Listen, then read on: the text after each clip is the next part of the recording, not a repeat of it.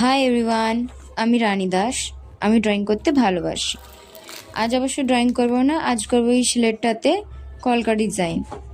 এই স্লেটটাতে করার জন্যে তোমাদের ফার্স্টে স্লেটের মধ্যে যেই সব পেপার এবং স্টিকার আছে ওইগুলো সব তুলে নেবে। তারপরে যাতে স্লেটে কালারটা ধরে তার জন্যে কী করবে, দুপাশে স্লেটের দুই পাশে জল দিয়ে হালকা কাপড় ছেঁড়া দিয়ে পুছে নেবে।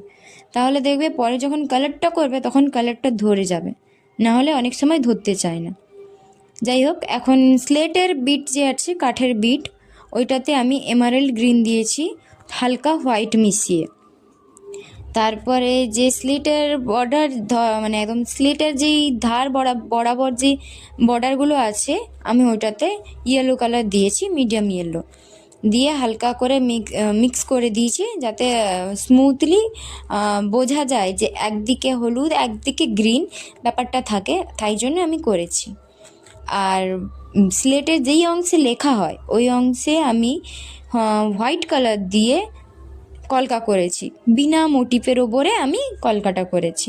বিনাটা করার জন্য ফার্স্টে আমি দুটো লাইন টেনে দিয়েছি, দেওয়ার পরে উল্টো ডি করলে বিনাটা এসে যাবে। আমি যেভাবে করেছি ভিডিওতে ওই রকমই তোমরা যদি দেখো একটু মন দিয়ে, তাহলে কিন্তু তোমরাও করতে পারবে।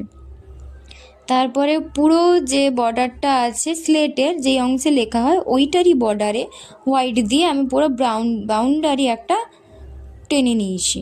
তারপরে কনের দিক করে, যে কোনো একটা কনের দিক করে আমি অবশ্য নিচের দিকে কনের দিক করে একটা লোটাস মোটিভে করেছি, তারপরে ডটেড কলকা রেখেছি। তারপর সরি, আমি বাকি আর ভিডিওটা কোনোটারই করতে পারিনি, যে বর্ডারের কলকা কেন আর সাইড বর্ডারের কলকা কেন আমি কোনোটারই করতে পারিনি। কখন যে ক্যামেরা অফ হয়ে গেছে এই ব্যাপারে আমি করতেই পারিনি, তো আগে থেকেই বলে দিচ্ছি সরি। তো তোমরা ফটো আমি দিয়ে দিয়েছি, ফাইনাল ফটো তোমরা একটু দেখে নাও। Really sorry. আজকের মতো এখানেই থাক। রাধে রাধে।